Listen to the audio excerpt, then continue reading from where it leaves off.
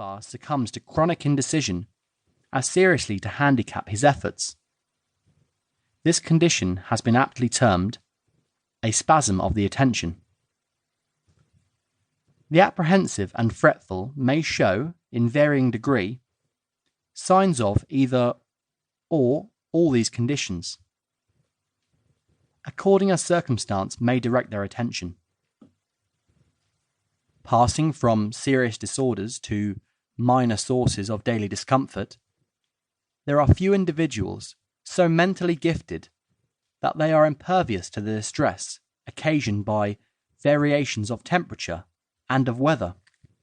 to the annoyance caused by criticism, neglect, and lack of appreciation on the part of their associates, to active resentment, even anger upon moderate provocation, to loss of temper when exhausted, to embarrassment in unusual situations, to chronic indecision, to the sleeplessness resulting from mental preoccupation, and, above all, to the futile regrets, the querulous doubts, and the undue anxiety included under the term worry, designated by a recent author the disease of the age. Something may be accomplished in the way of lessening all these ills by continuous, properly directed effort on the part of the individual. Every inroad upon one faulty habit strengthens the attack upon all, and each gain means a step towards the acquisition of a mental poise that shall give its possessor comparative immunity from the petty annoyances of daily life. In modern psychotherapy, the suggestion, whether on the part of the physician or of the patient, plays a prominent part, and it is in this direction, aside from the advice regarding occupation and relaxation, that my propositions will trend. I shall not include, however, suggestions depending for their efficacy upon self-deceit, such as might spring, for example, from the proposition that if we think there is a fire in the stove, it warms us, or that if we break a pane in the bookcase, thinking it a window, we inhale with pleasure the resulting change of air. The suggestions are intended to appeal to the reason, rather than to the imagination. The special aim will be to pay attention to the different varieties of worry,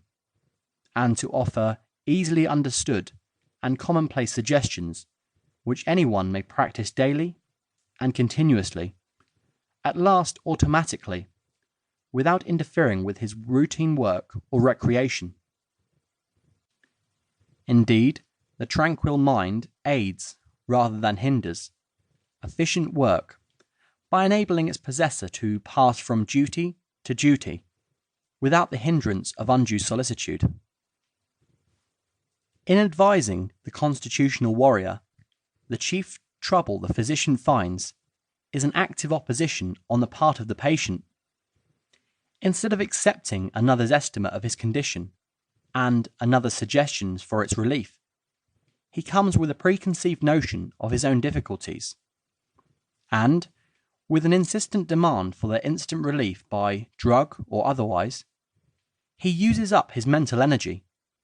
and loses his temper in the effort to convince his physician that he is not argumentative.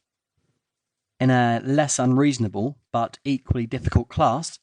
come those who recognize the likeness in the portrait painted by the consultant, but who say they have tried everything he suggests, but simply can't. It is my hope that some of the argumentative class may recognize in my description their own case instead of their neighbours, and may of their own initiative adopt some of the suggestions. Moreover, that some of the acquiescent but despairing class will renew their efforts in a different spirit. The aim is not to accomplish a complete and sudden cure, but to gain something every day, or, if losing a little today,